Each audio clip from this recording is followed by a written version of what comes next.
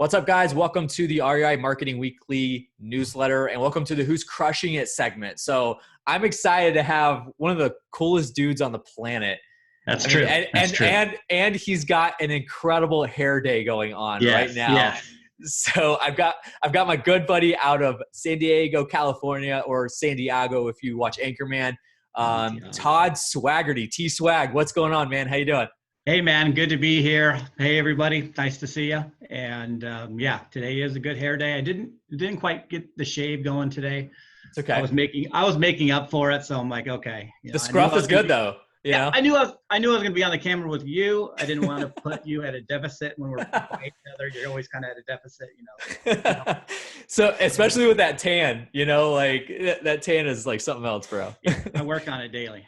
That's funny. So I got something for Todd though here. So I told him he mentioned my hair day, and I was like, "No, man, I got something." You do have better hair than me, but you're just not showing it off. Right, but there's a reason. So I got something for you. So give me a second here. So I got something else for you, man. Dude, this is like, you know what I'm saying?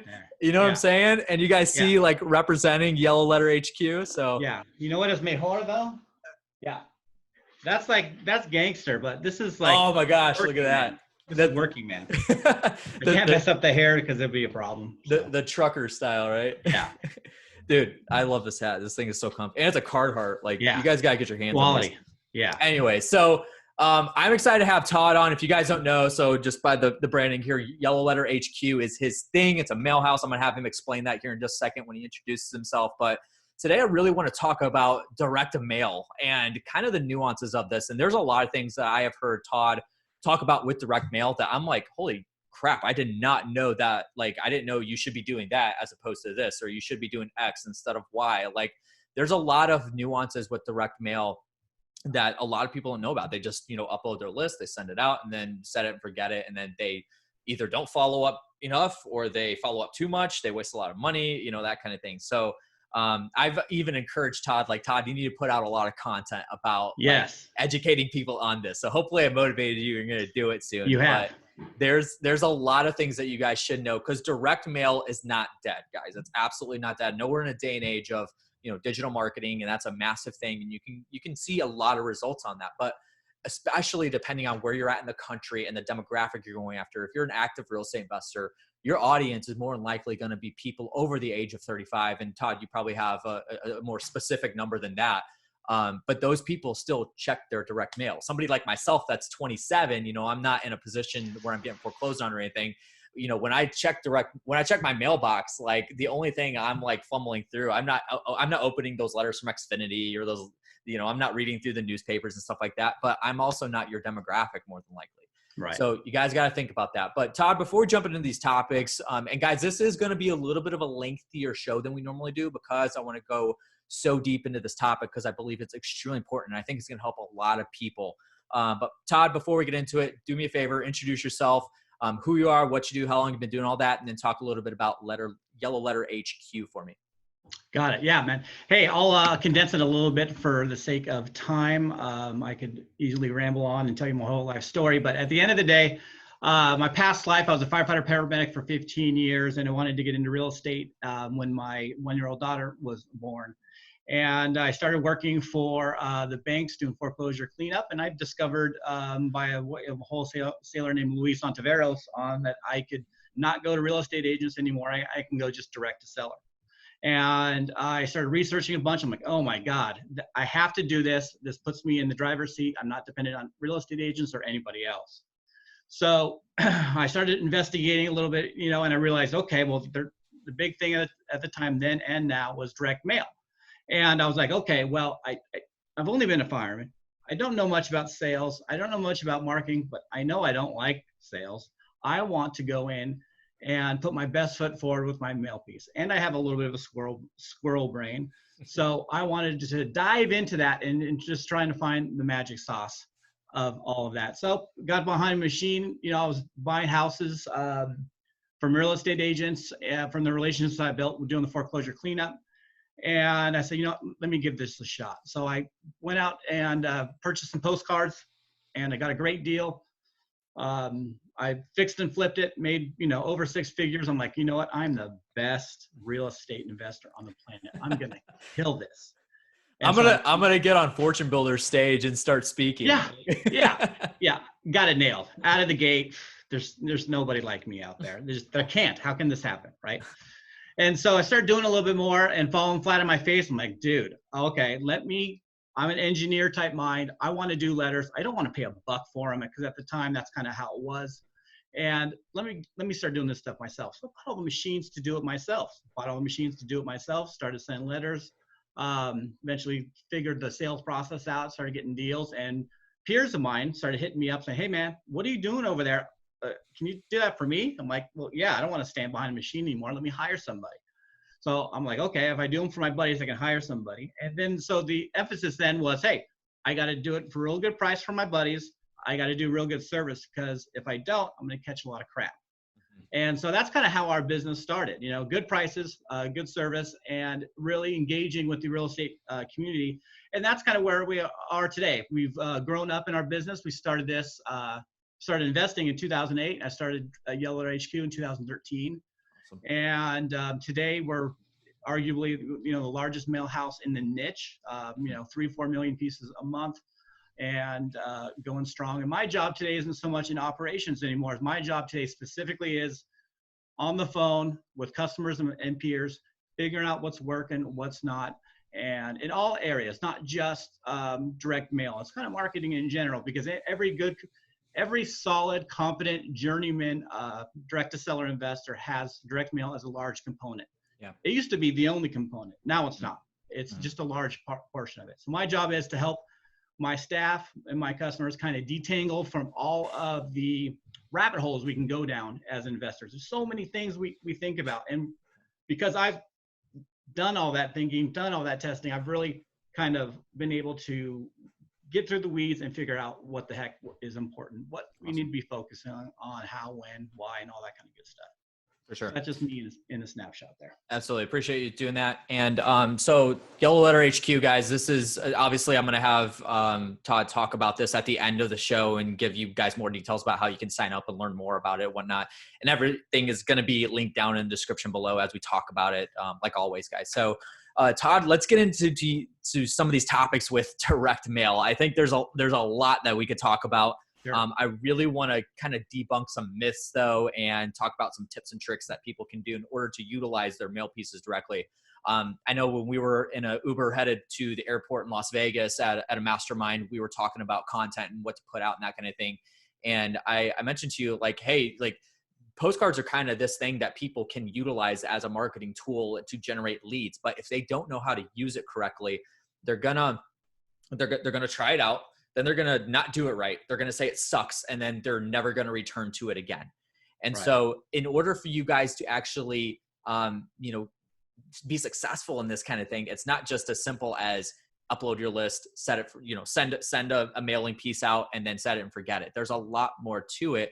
Now, I don't want to overwhelm you, but at the same time, if you are going to get those deals, as opposed to the other 20 investors that are mailing as well, if you do it the right way and you listen to what Todd has to say here, then you will get more deals under your belt. So this is important, guys. Make sure you're taking notes here. So the first thing I kind of want to address here is you've got, the postcards, but now you have letters. So kind of talk to us about the nuances of both, like which one's better, is one or the other better? What should people be thinking about if they're going to use letters versus postcards or vice versa? So give us a little bit of the lowdown about the matchup between those two going against each other. Sure. Right. Yeah. There's a lot of confusion around it. And the first thing I want to say, preference that is your mail piece can't convert or create a seller. And so you want to keep that in mind. So your leads are paramount. You can't overload bad leads by a quality mail piece and get deals. But with that aside, postcards versus letters, right? Well, it's been the adage that postcards are always better because you can get more for less. And there was a time where that was true. And depending on the volume you send, that could also still be kind of true, right?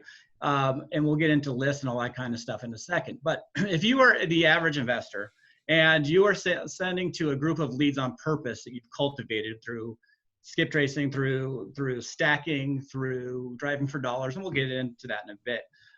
If you know that let me simplify it. If you know that the leads that you send to are producing you deals month after month, a letter is always going to get you a higher response rate. Now, that doesn't mean you're always going to want to use a letter. You might feather it in every other on 45-day intervals or something like that. But a letter is always going to get you a better result. If you're dealing with a 55 or older, and that's your target, and that person, there's a lot of people who sold for cash like that in your market, and that's kind of your lead source, then you're always probably going to want to send a letter, and you're probably going to want to stretch that interval from a 45-day to a 90-day. So the costs are going to be the same.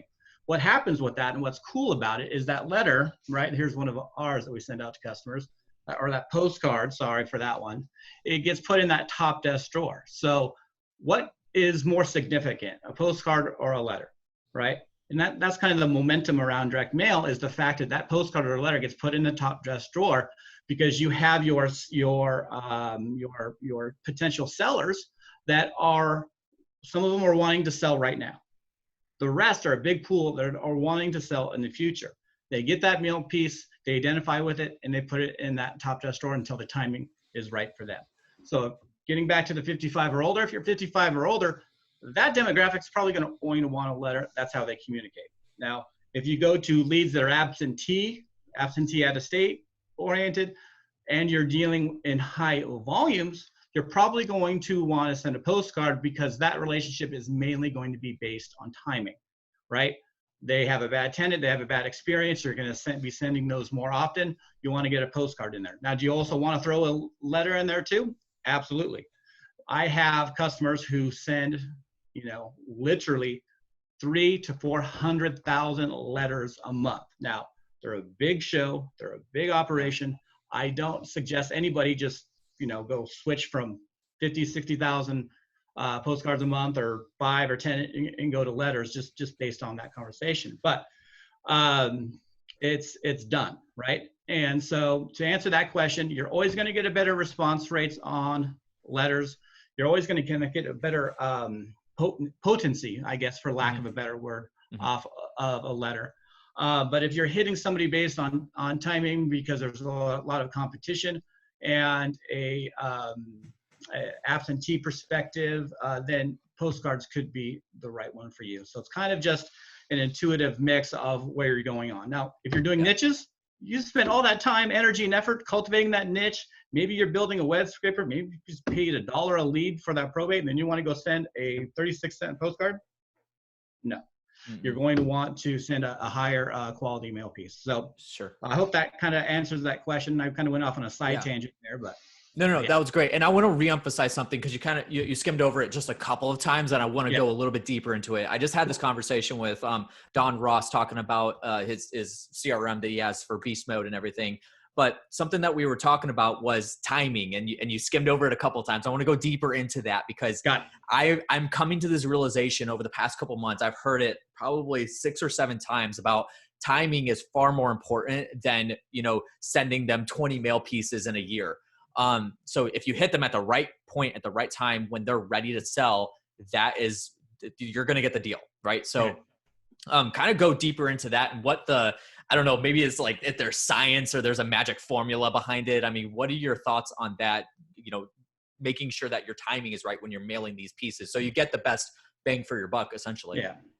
Well, there's the timing of the person. Now, we cannot guess that, right? No. We would if we would be making a lot of money. Yeah. A lot more money, right? So that one's going to be a little bit of a challenge. Now, there's timing of the person, and so you want to cultivate your leads to think that they have some sort of distress through stacking, through web scraping, and all of that. So you want to be doing marketing to your leads, for lack of a better word, on purpose. So that's that part of the timing, right? You don't want to just go to absentees. Well, crap, I'm going to go pull 5,000 absentees, and there's 100,000 absentees in my market. I'm going to go spend, a couple bucks and mail to 2,500 and get deals, right? Yeah. But then there's, okay, we've identified that, and now there's the timing of the mail piece. How often are we sending it? Now, we just discussed here a little bit, that you have a pool of people who are willing to sell for cash. They're all not ready to sell right now. And that's the frustrating part as us investors. And that's the frustrating part with many people in direct mail. They're going to send out some mail. They're going to send it out this month, and they expect everybody on that list to be ready to sell the gosh darn property right here now. Mm-hmm. That's not always the case, right? And so you have to keep hitting those leads, keep hitting those records over time, hoping that your mail piece speaks to them and gets put in the top desk drawer. You also don't want to let that time go, right, where you're only sending them every 90 days.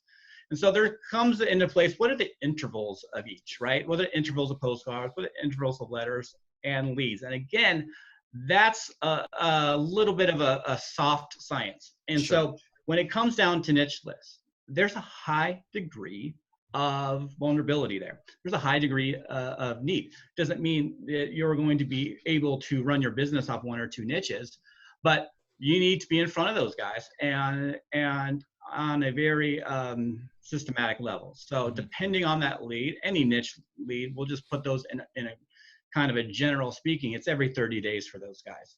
You know, if it's tax default, there might be some differences you can see there, but if it's any other type of a niche list, it's 2 weeks, 30 days. Yeah.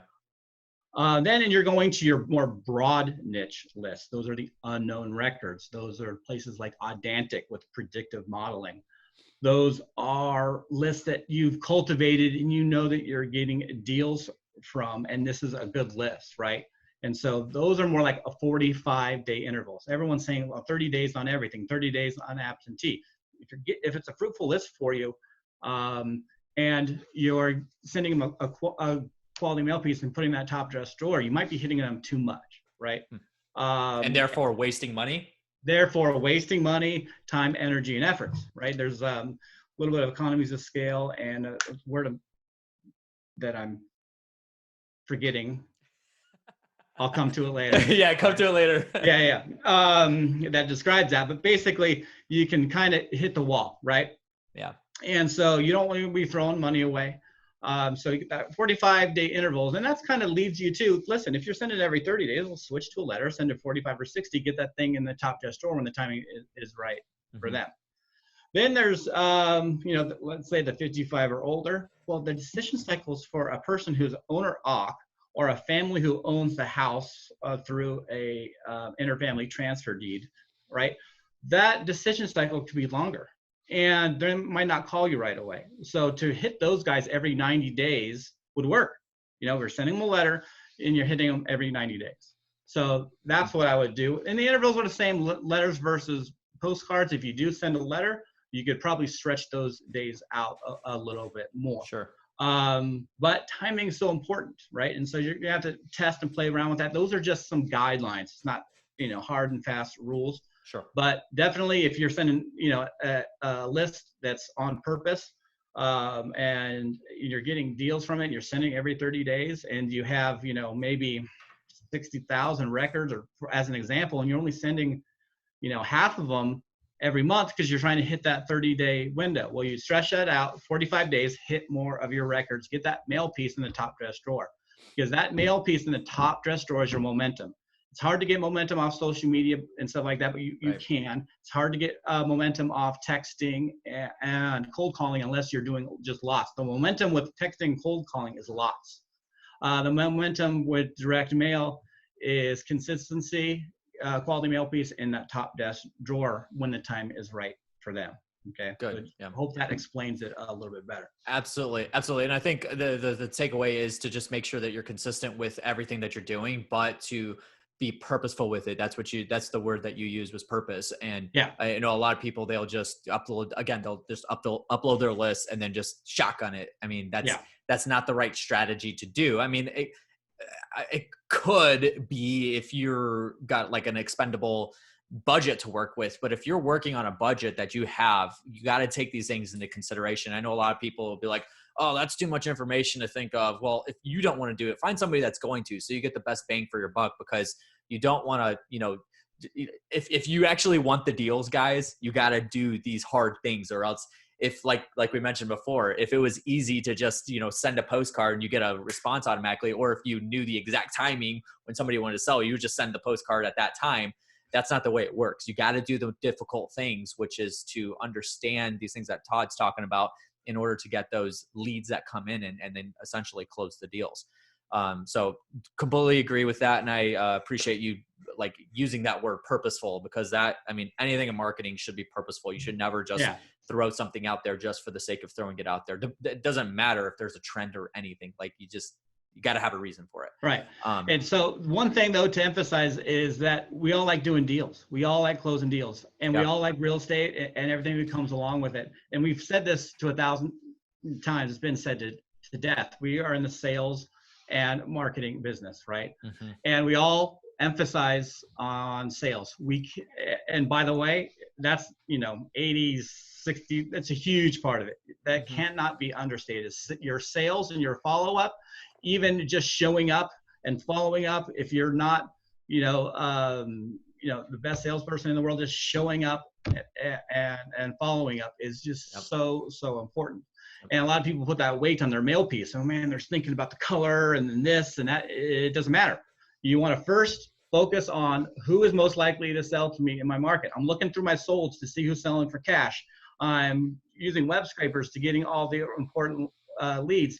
My actual mail piece, the print and the copy is so unimportant in comparison to my leads, number one, and then my sales and follow-up. So if you're having a problem with direct mail, 90% of the time we find people having a problem with direct mail, they go to places like text and things like that, which are awesome, which are all a part of a robust business, but they're doing that because their sales and follow-up aren't so great, and they're just ready to go right now.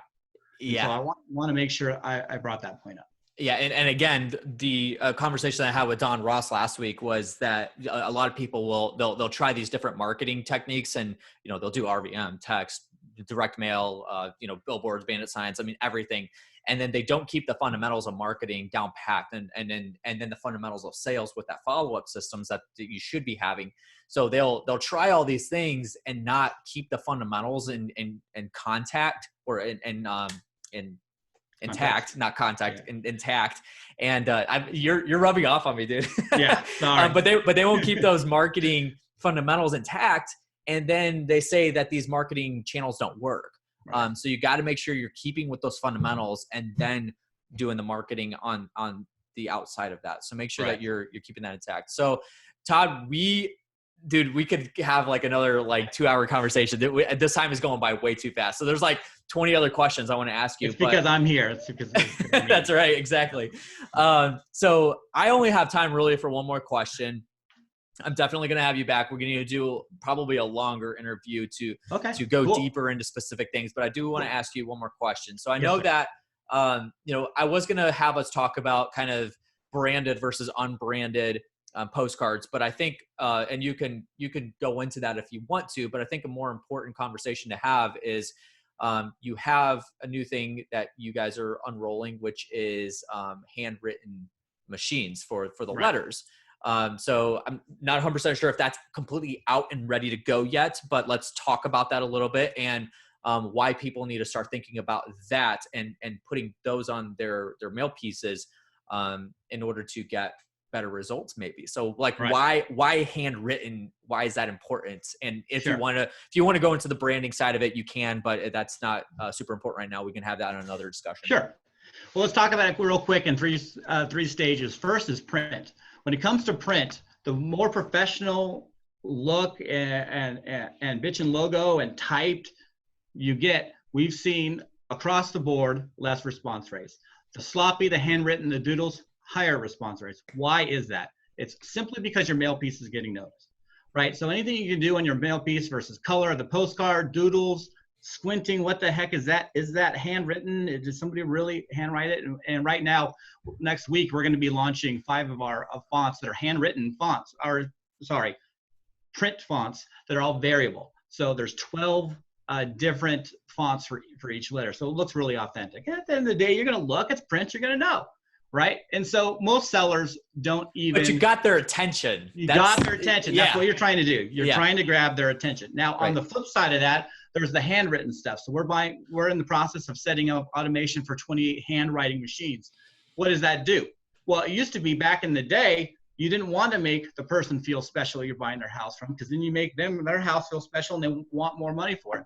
Well, at the end of the day, nowadays, with all the competition out there, you're getting noticed for being more authentic, right? Being more approachable and getting that mail piece notice. At the end of the day, who gets an actual handwritten note in the mail anymore? Nobody. Yeah. And when you do, it gives you that impact. Whoa, this person actually took the time to write me a handwritten note. Oh my gosh. And so it just you get remembered real quick. I'll tell the story on the next podcast, but you get remembered when you do that kind of stuff. And that's all it's about. Getting that mail piece noticed and getting that mail piece remembered. And at scale, handwritten stuff is gonna be more expensive because the stuff's slow as heck, right? Yeah. And then, so these are going to be for your Podio follow-up leads. You're going to be able to go into our Podio app that allows you to go, okay, hey, Mr. Seller, you just met with him. Hey, nice to meet you in your dog's spot. Hope we can make a deal together. You're going to be able to go on your Podio or your CRM, type that in, and send a handwritten letter off. You can be able to do it on scale. There's guys doing it across the country right now on scale. Expensive. They are sophisticated business persons. They know right where their leads are, and they're spending the money to go in deep with them. So I wouldn't suggest that you just kind of go at it willy-nilly. Yeah. So there's that, and branded versus unbranded. Branded with a doodle and mom and pop professional. So let's just say this. When it comes to branded versus unbranded, who does the 99% or 90% of the direct-to-seller people want to work with? They want to work with a mom and pop professional. They wanted to deal with a company, they'll probably have gone to the real estate agent first that knocks on their door 20 times a month. Right. But they don't want to deal with it. They want to deal with a mom and pop professional. And so you want to cultivate that relationship and let them know who you are. The handwritten stuff works because it gets noticed. And then I've been a proponent for 10 years of putting my picture of my family or whoever's knocking on that door, meeting them on that appointment, whether it be on the phone or otherwise, to be pictured to be on there. Why is that? Because if we get down to our seller demographics, if we probably look at them across the country, 75% plus are 55 or older. And they're going to see that. They're going to kind of have a special relationship. Now, it doesn't necessarily mean that for every seller. No, sure. Absolutely not. Some sellers are not going to give a crap. They're going to remember it, though. They're going to remember that mug. They're going to remember that face. They might go, well, there's just something subconscious about throwing pictures away. Who throws actual, tangible pictures away? Nobody. Right. So that thing gets put in the top desk drawer. I've had sellers sell to me just based on that picture, because then they identify and tell themselves a story before I have ever got a chance of who I am. And that builds that one barrier that we're trying to overcome when a seller first calls us to build that know, like, and trust to get that deal done, right? That's our first barrier. After they've decided to pick up the phone and call us, our next challenge, know, like, and trust. And so that just helps a little bit. And by putting actually you as the investor being a little vulnerable and having your picture on there, a little strange, right? Absolutely. It's really, really been effective. So at the end of the day, if you can do those things, get that postcard notice, be real, and have that seller on the other end know who you are and not be in the dark. Who's this random person? Sell your house for cash, right now. Gosh, dang it, 24 hours, I'll buy it. Not everyone wants to respond to that. And so if you can cultivate that relationship a little bit more with that mail piece, and as you're hitting these guys, one point we didn't discuss is how long do you hit them. If it's not a niche list and you're mailing this guy on purpose and those reasons never change, keep mailing them in perpetuity. Yeah. And if you're also getting deals from it, right? Mm-hmm. And so you have that mail piece come to them. Well, next time it's, hey, here's my daughter's 7th birthday. All of us around the birthday cake. She turned 7, or here's the vacation we went on. I still like to help you if you ever thought about selling your house. So it just makes you real. Everyone wants to deal with a real person. They want to know what they get when they pick up the phone. That's what they want. They want to have that certainty as well. After that trust, that certainty. So they want to know, what are they getting when they contact you? So those little things actually add up to something special. So something I really, really want to tack on here is, like, I'm glad you brought all that up, because something I've been thinking about a lot lately is the fact that especially your demographic of 35 to 40 and over, in a world of digital marketing, in a world of like brand importancy, and a lot of brands are, you know, they're spending hundreds of thousands of dollars to rebrand themselves and investing in that. But it's all important. But something I'm noticing across the board, especially in this industry, is people are wanting more than ever humanized brands to work with. And that's why this was really intriguing to me. So you brought this up at the previous leadership circle that we were at, that you guys are doing the handwritten machines. And I was like, man, that's super interesting, because this is something I've been thinking about a lot, is that people are wanting more humanized brands than ever. And it's weird too, because it depends on the industry that you're in as well. Like for me, I don't step foot into any department stores except for Target. And the only, like, if I'm going to Target, I don't care if there's 30 people in line at the self-checkout and there's nobody in line at this cash register. Like, I'm going to the self-checkout because I don't want to talk to anybody. And then I don't go to grocery stores. I have the yearly subscription for Instacart and that kind of thing. But then on the flip side, if I'm getting on the phone with AT&T, I don't want to go through 4 different prompts of automated, like, you know, the prompts. I want to talk. I'm hitting 0 like 20 times in order to get in contact with a human being. And so it's very interesting, like the progression of that. But I think the end all be all is that people are really wanting more humanized brands in a day of, you know, chatbots, in a day of AI and that kind of thing. Like, people want to talk to human beings because they know a human being can take care of their problem directly, and not this automated system, and not somebody that's got this, you know, a massive corporate looking brand behind them. And again, especially dealing with the demographics that you're dealing with in that 50 plus that you mentioned, it's extremely important. So humanizing your brand, and the way that you could do that is exactly what we're talking about, is with these handwritten postcards and letters, and you know, just making it just this mom and pop shop type feel to it. And people are responding to that, and you see those hardcore results. And so that's something I've been thinking about a lot, Todd, is like humanizing your brand is extremely important. And so your sphere of influence is only so far when you do this business. And imagine if you were to show up to Target and the owner of Target was there. Say, hey, Josh, how you doing? Pleasure to meet you. You know, let me go and show you what you're looking for. Come with me. Right. Mm-hmm. That's what's happening in your marketing. You're the owner of the business. You're the person who's going to solve the problem for them. You or your direct employees are going to be picking up the phone, and they get to see and know a little bit about you. So you're exactly right. As soon as it's impersonal, you're impersonal all the way. Don't touch me. Don't leave me alone. I got it. As soon as it's personal, you're like, well, all right, let's go. Yeah. Let's go through the process. Yeah. And you get that one-on-one attention and kind of that connection, because you're exactly right. Whether it's an old generation or a new generation, everybody wants that personal relationship with who they're doing business with. And that's what you're trying to provide to them. So. Absolutely. And so again, I'm glad you brought that up. I'm glad we went in that conversation, because I think, you know, it's not just the postcards. It's not just the handwritten postcards or anything. It's everything about your business. You need to humanize it as much as you possibly can, because that's going to yield the biggest results for you, no matter what you do in your marketing. And so it doesn't matter. You can humanize your Facebook ads. You can humanize your PPC ads. I mean, you can humanize everything in your marketing. You just got to make effort in order to do that. So I think that's the foundational piece to this. And then obviously you bring that up to your, when you're creating your campaigns for your mail pieces. So I'm glad we have that conversation. But Todd, I mean, there's another like million things that we could talk about, but I'm definitely going to have you back. Yeah, we need to do like a 2-hour webinar or something like that. I don't know if my attention span could hold that long, but you know, we'll figure it out. We'll do it in 30-minute intervals over a month. That's a good idea. Let's do that. All right, cool. Dude, I appreciate you jumping on and sharing everything that you did. I know there's, you know, a lot of people that could use this information, and really, you know, if you guys apply this type of information that you're getting, I mean, this is tangible stuff. You can start doing this right now. Like, as soon as you jump off this call, go to your like campaigns and actually build it out this way, and you'll see those results. So again, there's a million other things that we could talk about. We'll have you back on, Todd, but I appreciate you jumping on, man. But I want people to have the opportunity to be able to either connect with you personally or with Yellow Letter HQ. If they wanted to do that, what would be the best way to make that happen? Yeah. So I'm in my mid 40s, so I'm still old. So Facebook actually still works for me if you wanted to connect with me. I do my best to connect with people on there.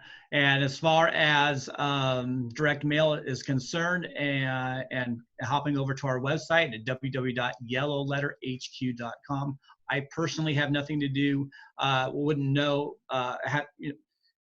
My staff can handle. If you're hitting me up about an order or something like that, probably not the right approach. You want to go over to the website and talk to Laura or Kyle at yellowletterhq.com. Those guys are awesome. They're in there fielding calls 247 like a little war room. But yeah, Facebook, yellowletterhq.com for your mail fulfillment. And Josh, I appreciate you having me on today. It's fun like always, buddy. Absolutely, man. Well, I appreciate you jumping on. We look forward to having you back again soon. So, guys, that is going to do it for this segment of the Who's Crushing It segment for the REI Marketing Weekly. Make sure you're checking out the rest of the content in the newsletter. Share this around with your friends. That would be much appreciated. Just a lot of great tangible content that is going down here that you guys can actually take action on in your active real estate investing business, whether you're a wholesaler, flipper, buy and hold investor, whatever you do. This stuff is tangible and you can make it happen. Just take action on it. So if you have any questions, either reply to this previous email or just shoot me an email, josh@colormedia.com. Be happy to answer any questions that you have. Or if you have any suggestions of people you would want on the interview for me to talk about marketing, let me know. That's going to do it. Take it easy, guys, and I'll catch you on the next one.